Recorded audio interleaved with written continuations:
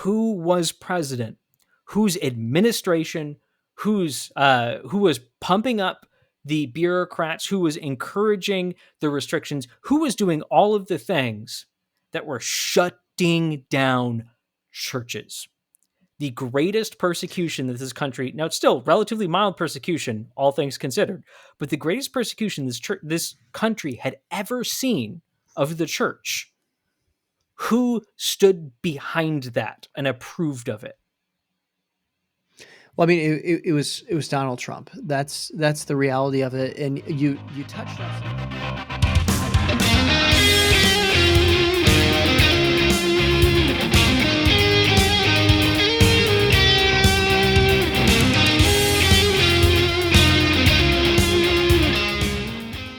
Welcome to the Enemies Within the Church podcast. You can go to enemieswithinthechurch.com right now to view the documentary if you haven't already, or you can buy a copy for a friend, your friend's friend, buy a whole case, buy a whole truck, go nuts with it.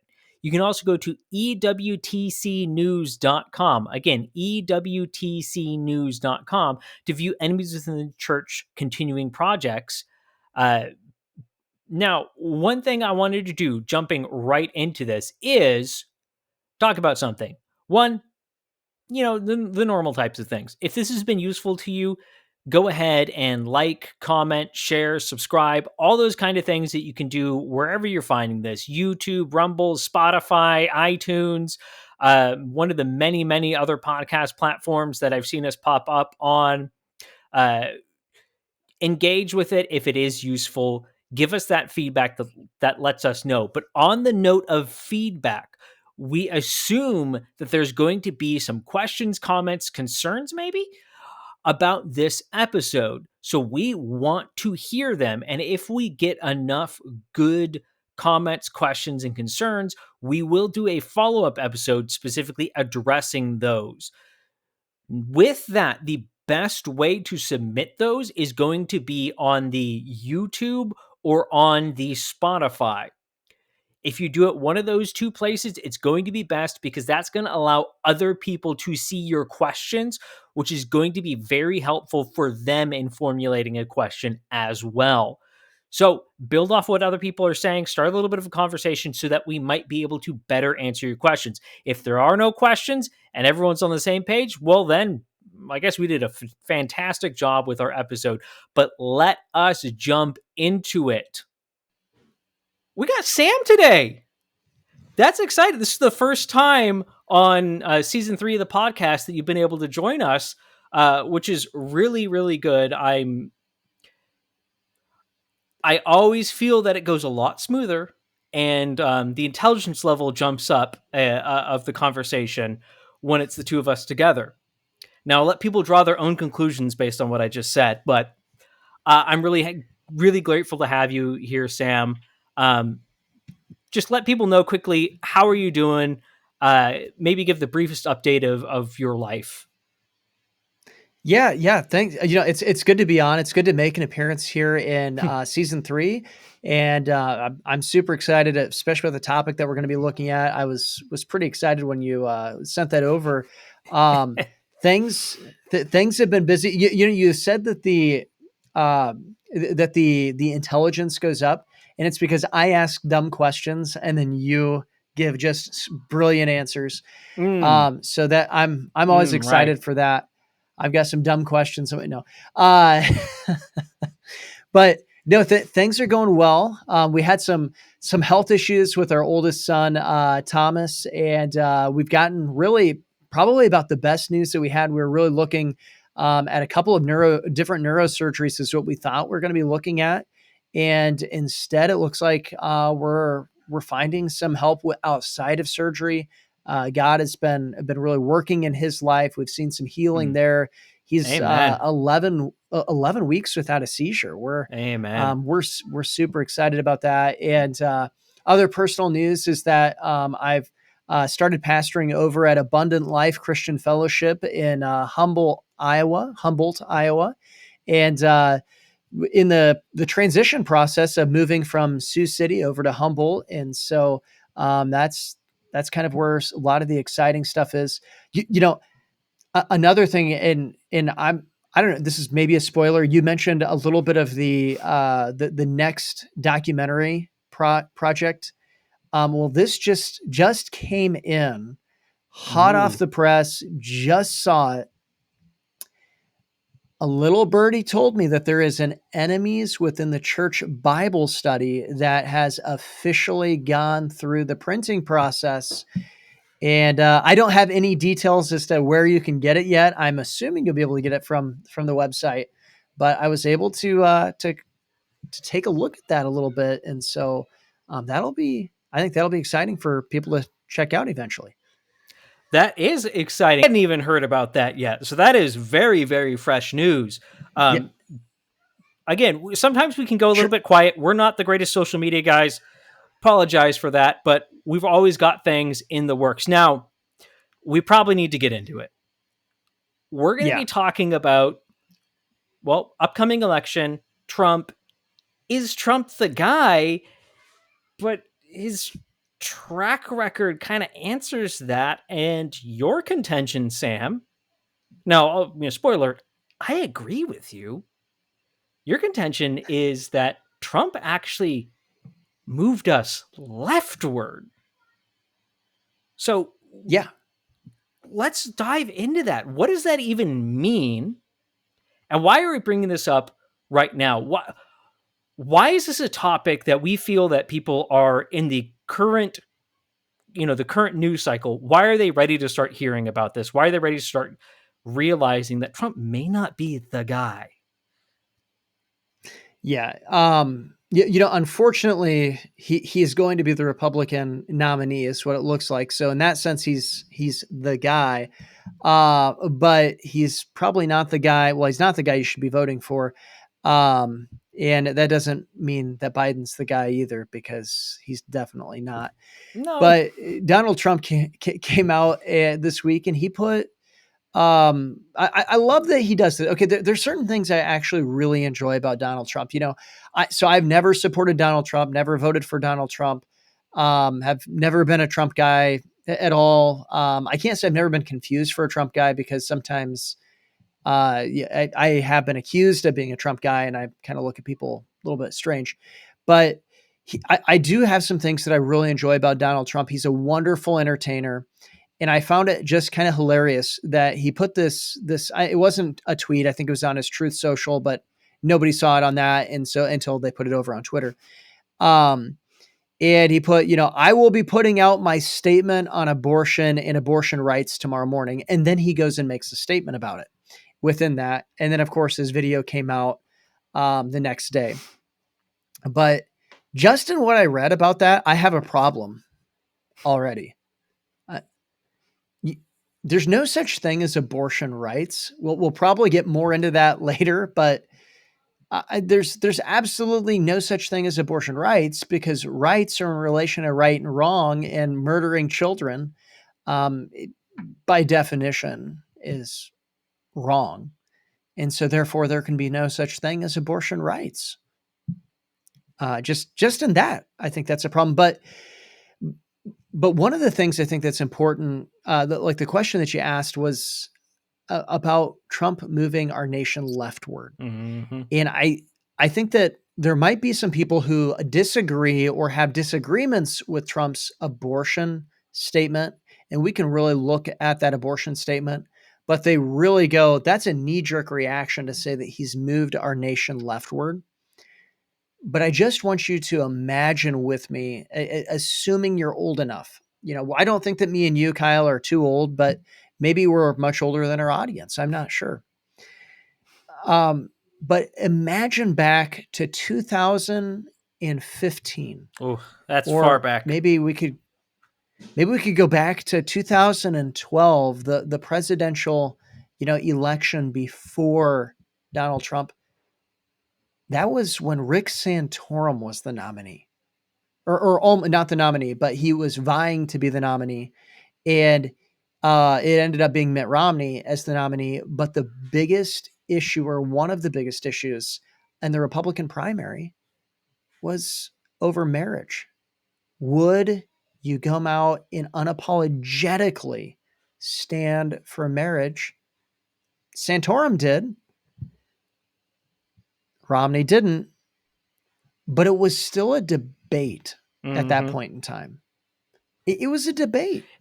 But it wasn't even just a debate. It was a debate leaning in one direction, and that was towards Yeah. upholding marriage.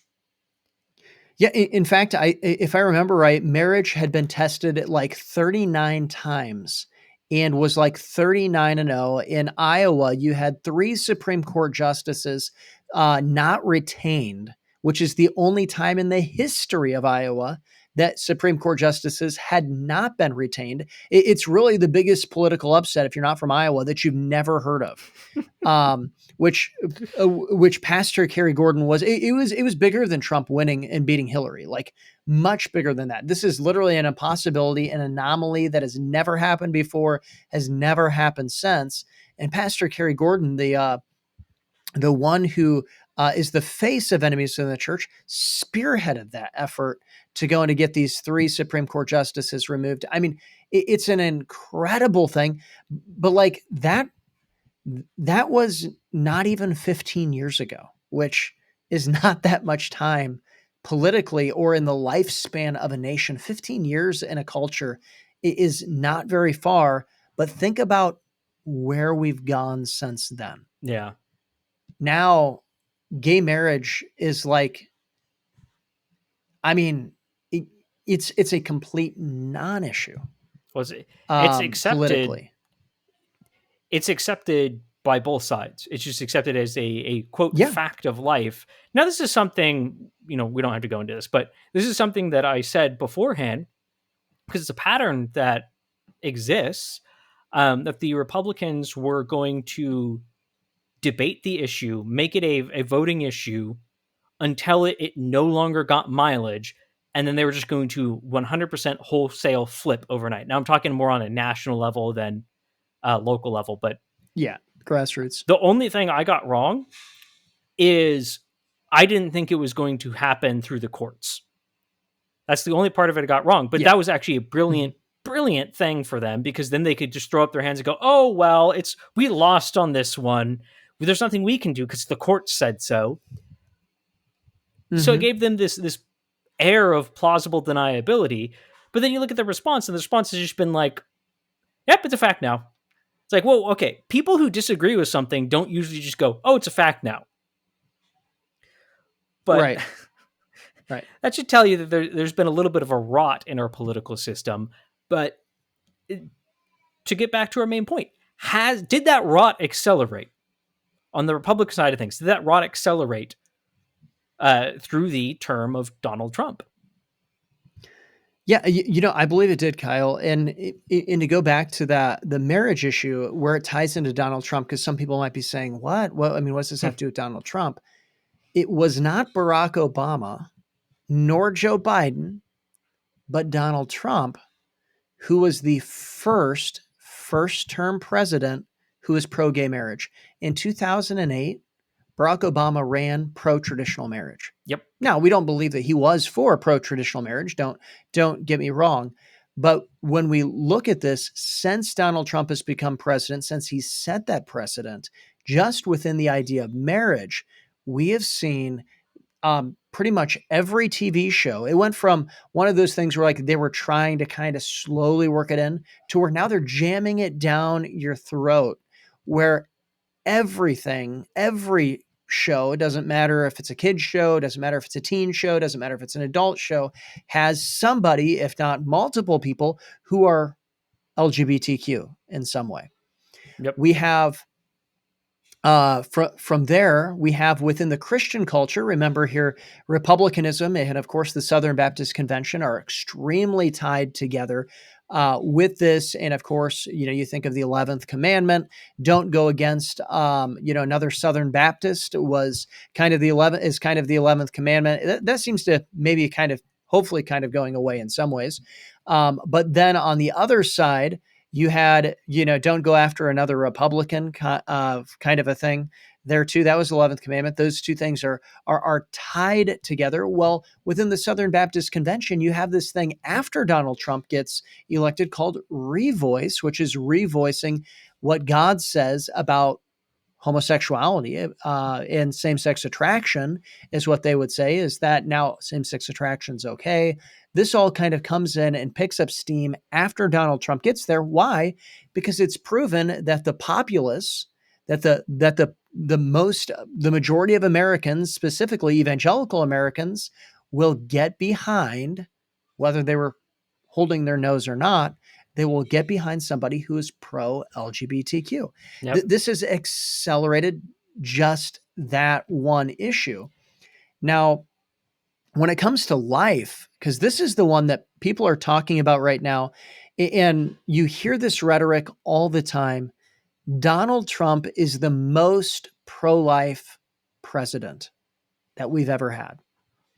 I've heard that rhetoric a million times, and of course, it's tied to the overturning of Roe v. Wade. But let's look a little bit deeper at the track record than just one thing, and then we can talk about that one thing too, about the overturning of Roe v. Wade. The Donald Trump administration gave more money to Planned Parenthood than the Obama administration did. Think about that for a moment. Yet we call him the most pro-life president. Now, I want to push back on that, because people are going to push back, and I want to voice some things. Yeah, they do all the time. But I was under the impression. I can send you the link to Planned Parenthood's reports too. Which you should actually do that, because we'll give people information is a good thing. But I thought that Donald Trump cut off funding to Planned Parenthood during his administration. That's what he said he was going to do. And there's this really good, tricky way that politicians do this. Okay. There's two ways they do it. One is they do this thing called lying. I know it's surprising to hear that politicians do it, but that's not the tricky way. And that's one way that President Trump did that. Was it came in. So I remember having this conversation with a guy, and he was a Trump supporter. I was not a Trump supporter. And I'm pointing out that Trump signed the omnibus bill, and it was a terrible bill, and it gave all this money to Planned Parenthood. And he said, yeah, but Trump said he would never do that again, and so I'm going to give him a pass on the first one. Well, he went on to sign another one the next time it came up. And then in 2020, he ended up signing several more. But I came to that guy and I said, I thought you said you wouldn't support him if he were to do this, if he were to go back and this. Well, no, I mean, Trump's awesome. And I mean, that's kind of the response. But the second way that people get tricky with this, politicians get tricky, is they say they're going to cut the spending for abortions. So Planned Parenthood still gets money to keep their lights on, to buy equipment, but none of the money is going directly to pay for abortions.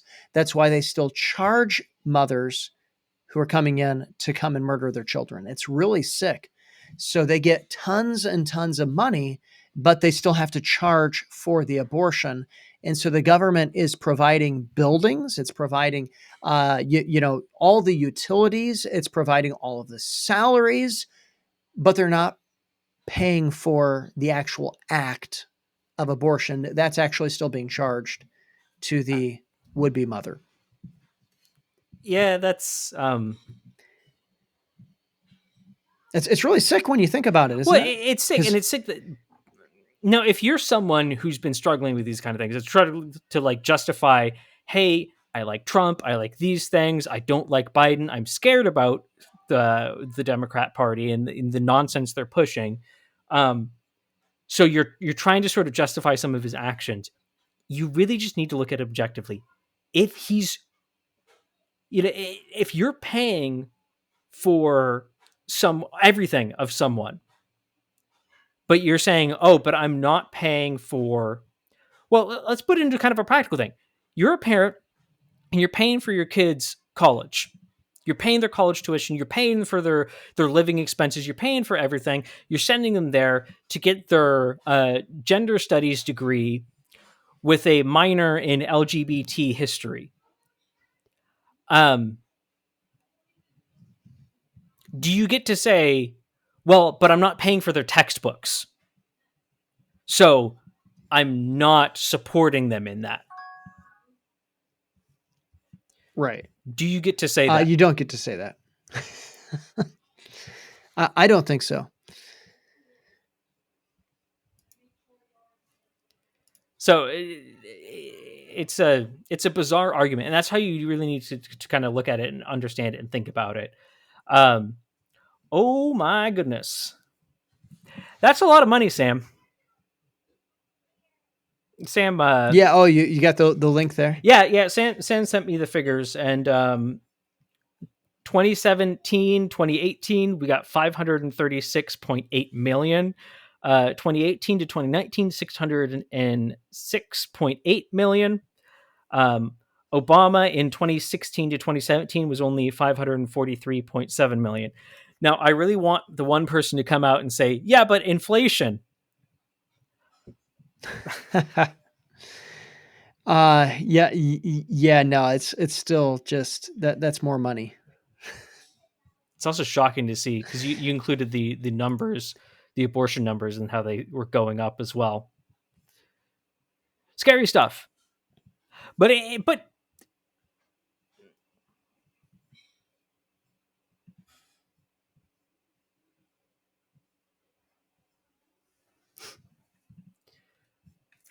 you know, he's You included the number of abortions. Is that what you're saying there? Sorry. yeah. But Yeah. let's ignore that. Isn't Let's say that that crazy? that's not Trump. He signed that. He shouldn't have signed that. But he himself, he's helping to end abortion. He's against abortion. Correct? No, I mean that's the difficult thing. It, and I mean I don't know. I don't know how to say this, but somebody who's a serial adulterer throughout his life is not naturally and who hasn't repented of that. Like, I mean, he bragged about getting his money back from the prostitute Stormy Daniels. I mean, quite literally, that's Donald Trump. He's not repentant of his habitual adultery that he has lived with that in his life. Somebody who is a habitual adulterer is not naturally going to be anti-abortion for obvious reasons. That's there, and I'm not trying to insinuate. I don't know if Trump has had or paid for any abortions of any of his the people that he's having affairs with, but what I would say is that if you're continually going and doing this and living that kind of a lifestyle, you probably have that as a fail safe in the back of your mind that you could go and do this. But he has not been anti-abortion. He has made, interestingly, anti-abortion statements at times, oftentimes weeks after making a pro-abortion statement and then flipping the switch once again. It's almost as though he's trying to pander to what the crowd would want He gives you with that. enough that no matter Um, what your position is, you can find some sort of agreement with him. You just have to ignore right, everything else, but right, and you know, one of the things that I would point out to in his abortion statement, because he goes and he says that he believes in exceptions for rape, incest, and life of the mother. Great love and compassion must be shown when we are even thinking about the subject of life. But at the same time, we must use common sense in realizing that we have an obligation to the salvation of our nation, which is currently in serious decline. You know, even if we were to go and to say he actually wants to make abortion illegal, except in these cases, it's that his position is at the end of the day, you can murder the baby. He doesn't have equal weights and balances. And while there has been some growing opposition to this viewpoint, one thing I would say about Donald Trump is that anything that he created positively in the overturning of Roe versus Wade, which we can get into that. I think there's a big discussion there with the overturning of Roe versus Wade that people haven't considered. Donald Trump is undoing anything that he has done by putting these exceptions in and leading with exceptions. He actually tied Ronald Reagan to it too. And so if you look at probably the three most prominent figures in the Republican Party, for better or for worse, whether you like him or whether you're not, it's probably from a historical prospect, it's probably Lincoln, Reagan, and Trump. Those are probably the three biggest names that have come from the Republican Party. There's other things I think Trump has overshadowed a lot, at least in our context. I don't think he's going to be forgotten. I do think he's moved our nation leftward. I do believe that he has fundamentally changed the Republican Party. Mm-hmm. But when you Well, look at those, he's going and saying two of these great leaders are for these exceptions. That's trying to create a precedent and a status quo for republicanism. yeah, uh, there's so many problems with that because he's also appealing to history as well. He's appealing to the longevity of this stance, that it's been Right. around since the. He's also appealing back to a more conservative time of both the country and the Republican Party. Mm-hmm. It he And he's trying to justify it. Like that makes it even worse. He's trying to justify it, and he's trying to say, basically, he's trying to say the Republican Party has always been okay with abortion. We're just not okay with all abortion. I mean, right. Trump's the one who's clarified that a 6-week ban is a terrible thing. That he'd only support a what was it a 12 16. to 15. I think it was 16. Oh, is he 16? Oh, wow. Um, yeah, it's 16 weeks of Yeah, actually, I think pregnancy you're with right. 3 Yeah. exceptions: rape, incest, and life of the mother. Um, Mm-hmm. so basically, it's open season. I- that so that is not the most quote pro life. Well, that is the most pro life president ever, and that's the problem. He doesn't want to end abortion. He wants to continue the status quo. Just as Mm-hmm. unfortunately, far too many of the quote pro life leaders nowadays do. That's functionally what it's come to mean. Right. Is we're going to only be about restraining, not ending, which is a big, big, Mm-hmm. big problem. Can you make America great again? Can you make America great again? Because this is what people latch onto Trump because they know something's wrong with the country. They see the issues. They go, this is a problem. How do we fix it? We need someone that can kickstart, that get some momentum, get the ball rolling. Even if he isn't a perfect guy, we just need someone to get some momentum, and we can take it. We can take it to the take to the end zone. We can score. We can make America actually great again. But can you make America great again? Can you even start the process? Can you get momentum by enshrining abortion or putting the issue off until you, quote, make America great again, and then you can supposedly enact your halfway measures on abortion? Yeah, he doesn't just say that this is to make America great again, but he's talking about the salvation of the nation, which is clearly an appeal using evangelical language to evangelicals, using an appeal to Christians, which it's a manipulative And tactic he's not even using that it. Trump is using. Like, you don't have to know what he's talking about to know he's not talking about biblical salvation. But he Right, wants right. to put the It's language in just there, the the language. words in there, which is so Right. anyway. But this but to answer your question directly, the answer is obviously you cannot make America great again without ending abortion and abolishing abortion, because the Bible is clear. This is theologically clean cut, clear and dry. Righteousness exalts a nation, but sin is a reproach to any people. We cannot make America great again by winning elections. And that's what Donald Trump thinks that we can do. We can make America great again by winning elections. We cannot make America great again by winning elections. The only way we can make America great again is by having righteousness come and exalt our nation again. Sin is a Yeah. reproach to any people. We're of no exception.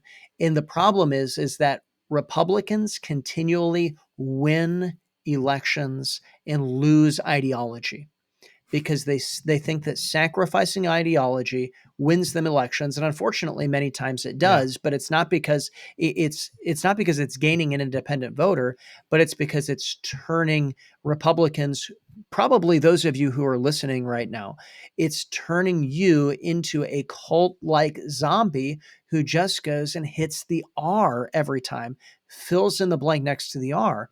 My complaints against Joe Biden, my complaints against Barack Obama are the same exact complaints that I have against Donald Trump. They kill babies. They don't stand up for marriage. They mock God's institution of marriage, and they're for all kinds of sexual perversion and sin. They steal money. They believe in socialism. Yes, Donald Trump believes in socialism. We found Yeah. that out in 2020. Yeah. He had the biggest wealth redistribution economic policy in 2020 that the world had ever seen. He made FDR blush with his New Deal that Donald Trump had.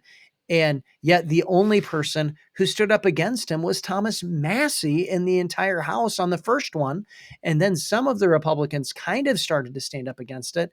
And then finally, when Joe Biden became president, the Republicans weren't for it, but it was the same thing that Joe Biden was doing, that Trump was doing. And it's an idolatry of party. Mm-hmm. And the fourth thing is that Trump lies. He lies just like Joe Biden, just like Barack Obama. And so you have now a murdering, perverse thief who's a liar. Well, that describes Barack Obama. That describes Joe Biden, but it also describes Donald Trump. And that's why I can't vote for these guys, because if I were to do so, I would have to look myself in the mirror and say, why couldn't I vote for Barack Obama in 2012 or 2012? Why couldn't I vote for him? I was going to say 2008, but that's because I wasn't 18 yet.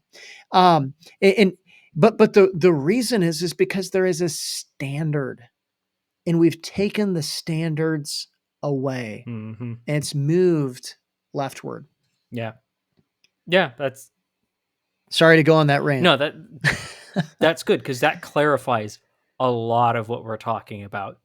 Now, I want to talk about an argument that people have. That because so I think we can all agree that from the years of, you can kind of go back to 2014, but it's really during Trump's presidency. So, sort of 2016 to 2020, 2021, 2015, that range,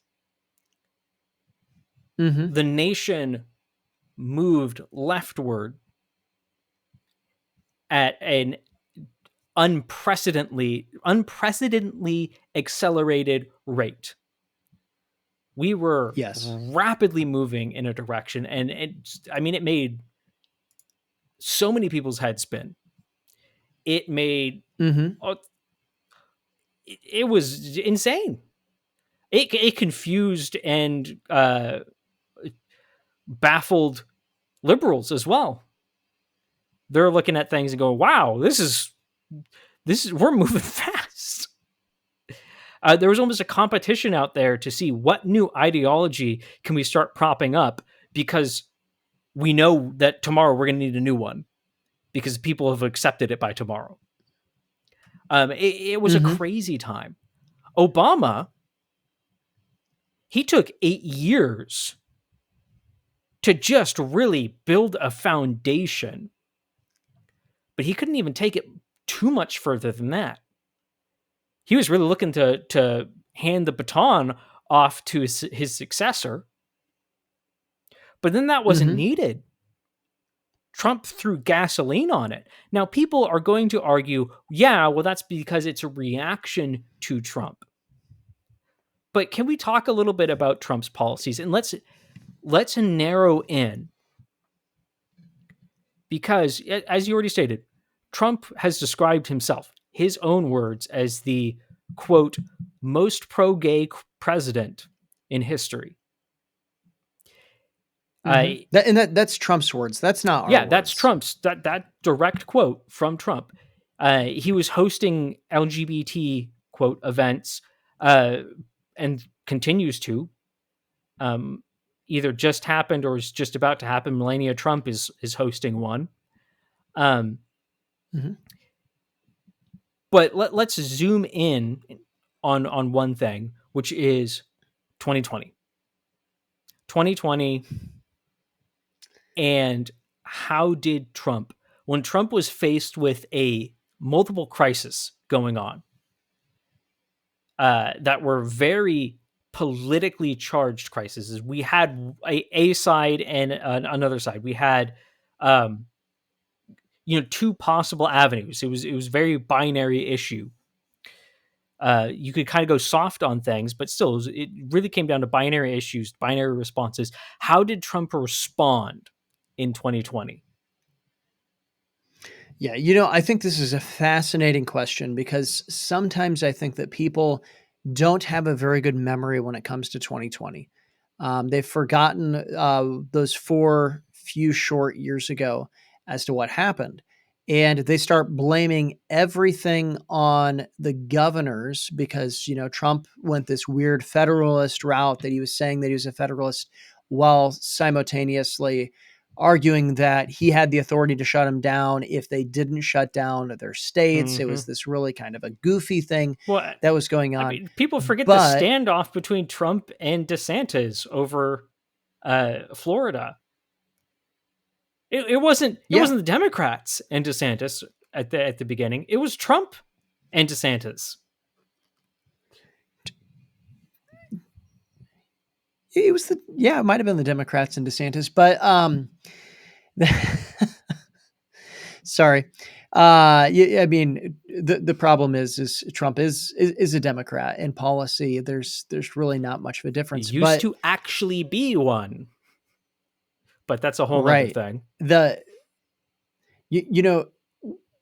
Here's the main points that I think that at least I would highlight about Trump in 2020.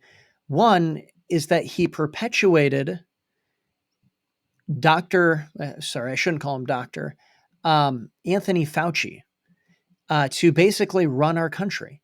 Like there was a number of months where Anthony Fauci basically ran the country, an unelected bureaucrat who had a completely Marxist worldview, and he was put in power, or at least his power was perpetuated, I should say, through Donald Trump, and Donald Trump gave him the keys to the car of the United States because Donald Trump, one of a personal flaws of his is that, and maybe this isn't a flaw, but he's a germaphobe. Donald Trump was afraid in 2020.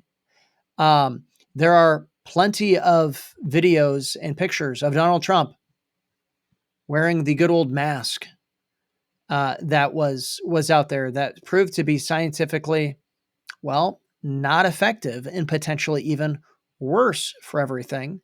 And of course, Donald Trump then not only perpetuated the medical Marxism through Anthony Fauci, but for everybody who is so conservative, like this was kind of the weird thing. You had all these people who were pro-Trump, who were super anti, being practiced, becoming an experiment upon through the COVID vaccines and or COVID, shot.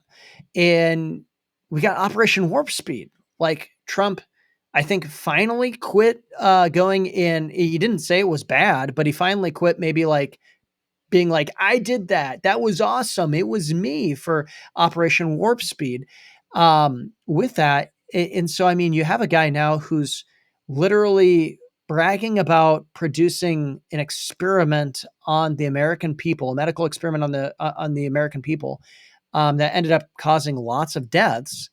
Then also going in, putting somebody in power who shut down the nation while going and arguing with governors while trying to get them to give them power to do what he wants them to do is a weird thing, It's confusing. while simultaneously signing several stimulus checks, which was nothing more than wealth redistribution within the United States that ramped up inflation, which is one of the most nefarious ways to steal people's money, Mm-hmm. is through inflating the price of currency so that your money that isn't losing dollar amounts is losing buying power.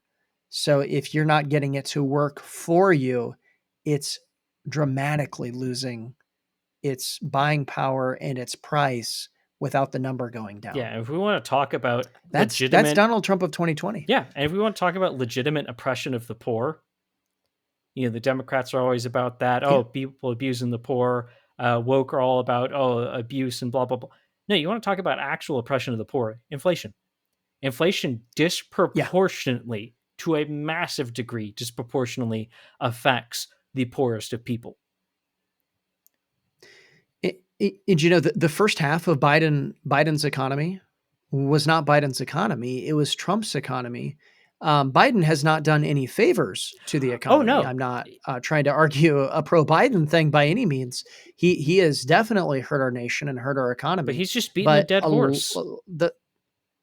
yeah, right. I mean, it was a trajectory that Donald Trump set.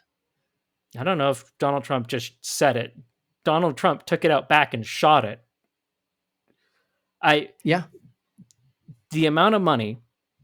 Okay, Sam, has any president in history proportionally or in just actual nominal value, has any president ever injected as much money into the economy? No.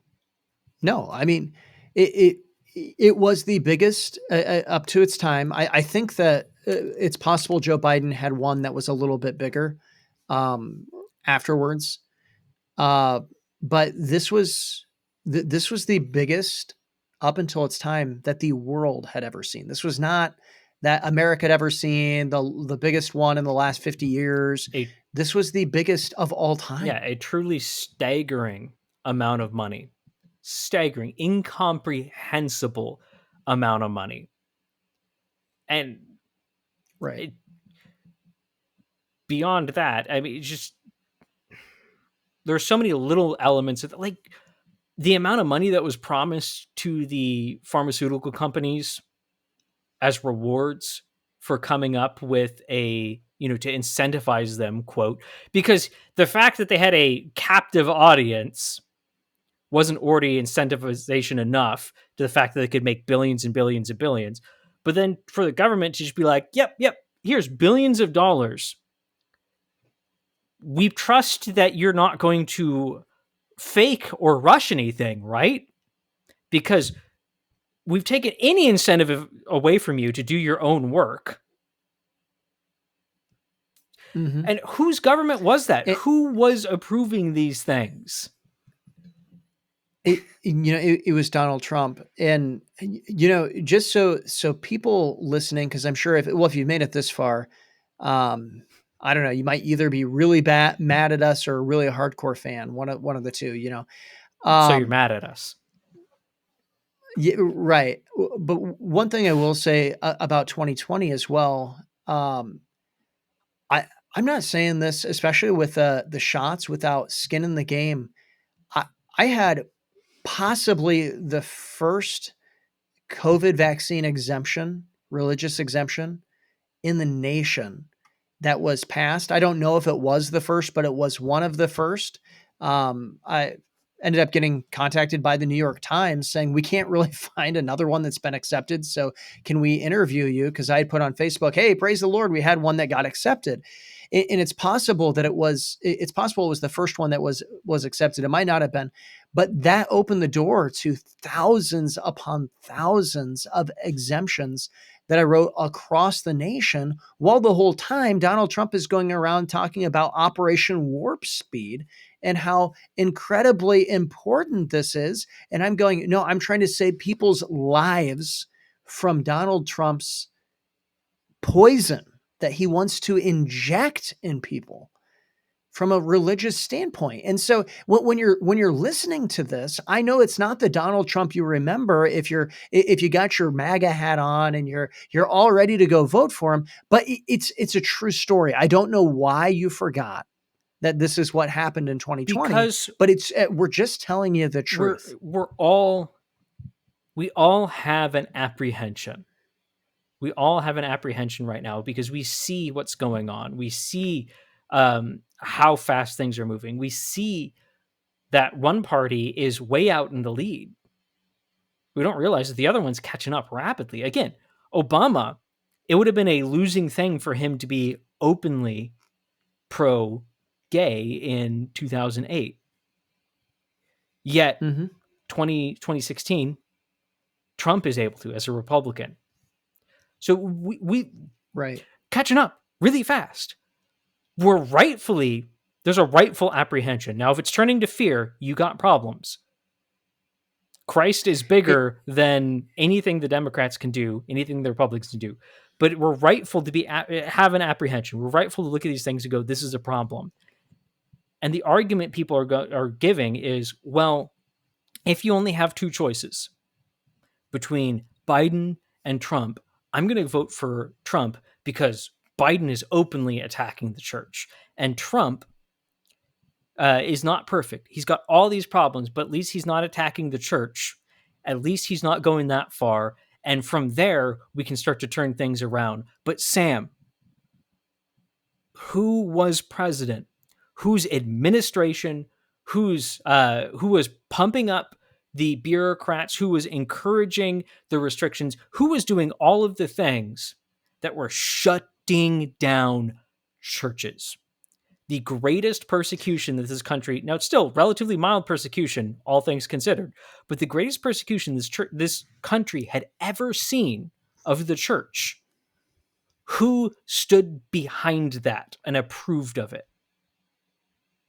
Well, I mean, it was Donald Trump. That's the reality of it. And you touched on something with the fear that I think is important.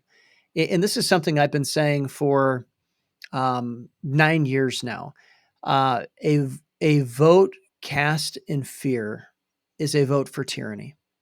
A vote cast in fear is a vote for tyranny, and it's true.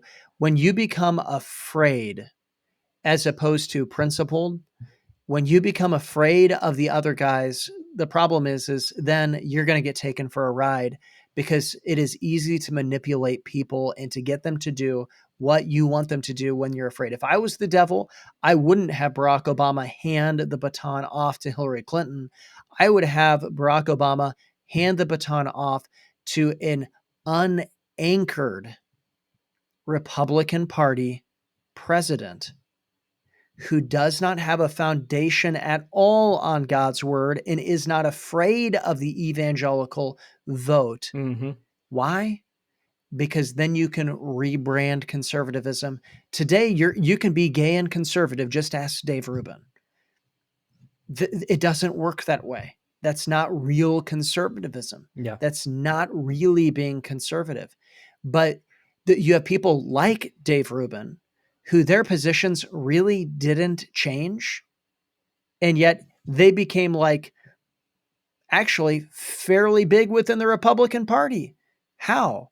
He went from, I think he was the Young Turks, is who he was on, and now is prominent in I believe it's Blaze TV.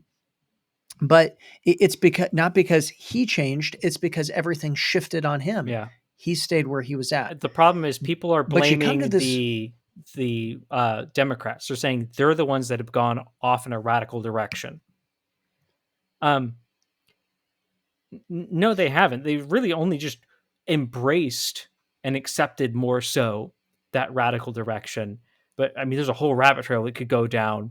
Well, but the thing is, it's when you chase the I almost said centrist, but that's not really actually a thing. When you're chasing the quote, independents in the middle, what happens? Well, those people are not conservatives. And then you bring them Yeah. in, and then what happens? Well, then you go for more of the slice of pie, and you keep bringing in until you realize that the party that 30 years ago, classical liberals, which are really a dying breed in a lot of senses, but also a thriving breed in another, classical liberals were universally, or nearly universally, Democrats. And now they do Mhm. not have a place. Classical liberals, not neoliberals, not modern liberals, not Marxists, classical liberals, they don't really have a place in the modern Democratic Party. They are now in the Right. Republican Party, nearly Yes, universally. firmly, firmly. Yeah. Yeah. I, Well, I can't think of a classical liberal that's not in the Republican Party. and I who mean, did maybe they're who libertarian, did that? but Who did that? Is that the Democrats? They're moving to the left so much that the classical liberals say we need to go to this conservative party. No, they're not going to do that. They're not going to go to something that they fundamentally disagree with. What happened is the quote conservative party said, well, we'll stop being so conservative if you come join us. right. And you asked this question. You said or you brought this proposition that people would say, but it's the Democrat Party that's gone radical. Let's just say they have. Are Mm-hmm. you here trying to tell me that baby murder, pretty much open season of baby murder, that gay marriage, that the biggest wealth redistribution package you've ever seen, that the biggest persecution of the church in America that America has ever seen, and that medical Marxism and medical experimentation on the American people being promoted is not radical? The point that I think that we need to realize is that sure, the Democrat Party went radical. They did. Yeah. But so did Donald Trump and the Republican Party. Yeah. They went radically left as well. It, and Yeah. this is important to understand because now when you get to the voting booth and you have this question of which medical Marxist do I vote for, the question comes, there's two sides of this. One, are we going to view politics as a sporting event? Because that's what a lot of, Mm. if you're still listening, a lot of you view politics as a sporting event where you're going to go and say, my team won. That's not what politics is supposed to be, and especially not what politics is supposed to be for the Christian. Politics for a Christian is supposed to be an act of obedience to God. Mm-hmm. That's what it's supposed to be. Whether you eat, drink, or cast a vote, do all to the glory of God. Okay, if you're supposed to do eating and drinking to the glory of God, I'm pretty sure you're supposed to cast your vote to the glory of God. It's a pretty simple concept there. But the other thing that comes into this is the question of when you are faced with the proposition of two radicalized evil choices, which should the Christian choose? The right in line. The right in line. That's what you should choose. And I know people say, now hold on, that don't you know the consequences of this? If we go and we say, we're not going to vote for Republicans, that means a Democrat is going to get in. Yeah, I understand. I hope that we have enough staunch pro-life or abolitionists, those who care about the life of the preborn voters, that no pro-choice candidate like Donald Trump could ever get into office. You know what? That's my You hope. know what I would love to see? And I do not. Now, I would encourage to actually write a candidate in that line. But I would love to see, because those numbers get published, what percent voted on what name, blah, blah, blah. I would love to see such a large number of people write in abolish abortion into that write in line Yeah. that it gets plopped up there and you see a percentage of people with on next to that. That would be a That'd be shocking incredible. thing. That would be a just, if you got a good enough percent to do that, that would terrify the Republican Party, because that would actually send a Mhm. message to them of, oh no, we are losing our voting base. They are not putting up with our nonsense anymore. And that's the important thing, because when we look at a political party, we have to look at them like a parent parents a child. And if you never correct or never tell a child no, what happens? That child becomes a monster. Uh, And we look at this, and everybody would say, the federal beast, it's become a monster. The federal government, it's so terrible. The government's become so big, it's terrible, it's horrible. Yeah, it's because we never tell the Republican Party, no, I will not vote for that. mm-hmm. I will not put up with that. Find me a better candidate. That goes into a whole long conversation of, history. When Christians were looking to pull our country back in the 70s, moving in the 80s, when we were looking to shift things back in a conservative direction, the fact that we crawled back to a moderate party in the Republican Party, I'd say that was a huge mistake. Mm-hmm. We can't take that back now, and you're not going to be able to. There's going to need to be a long process of getting an actual conservative. Look, I'll put it this way: you're not going to save the Republican Party. Maybe you can temporarily work through the Republican Party, but if Christians want to actually see change in this country, politically speaking, we got spiritual work to do before we can even see that political change bear fruit. But we're going to have to be willing to take some hits until we've got a mature Christian voting base that's willing to actually put forward conservative Christian candidates and not repeat the same sort of compromises that have led us to where we're at. And that history of compromise is a lot longer than just the last 40, 50 years.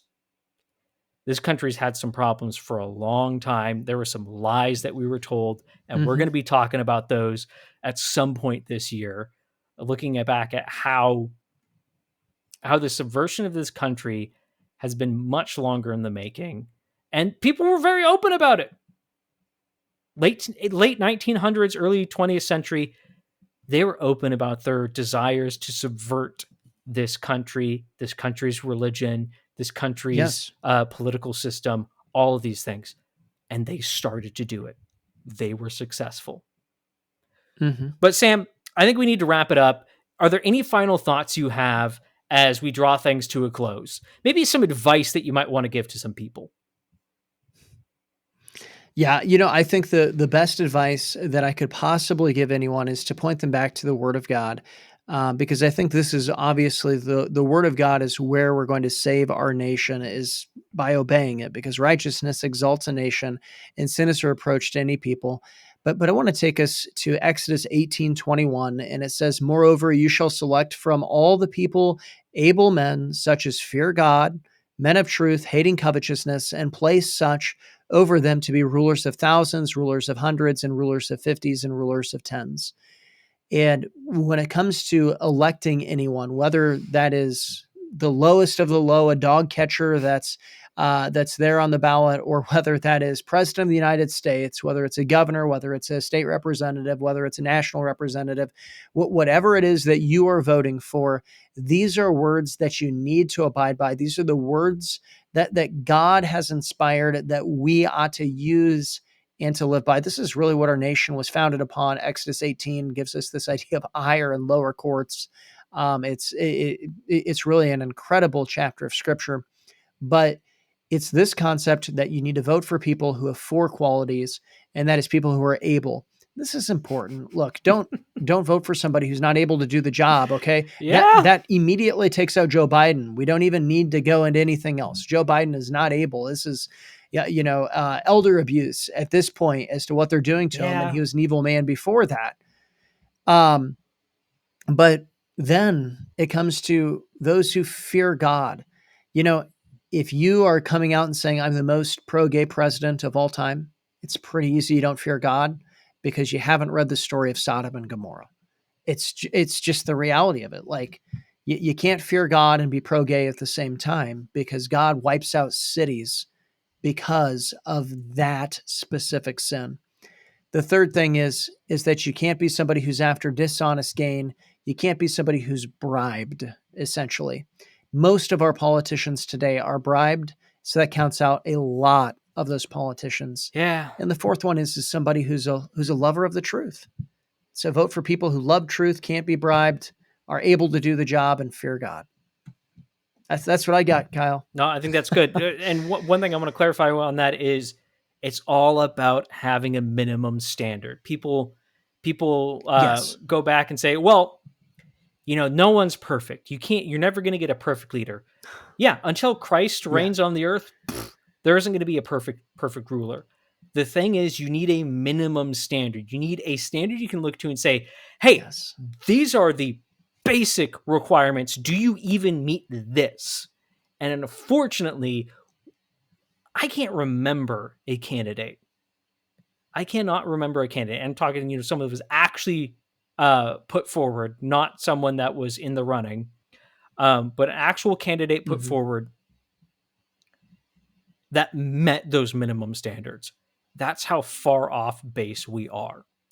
So if you got nothing else from this, nothing else at all, I just want you to have a minimum standard for who you vote for.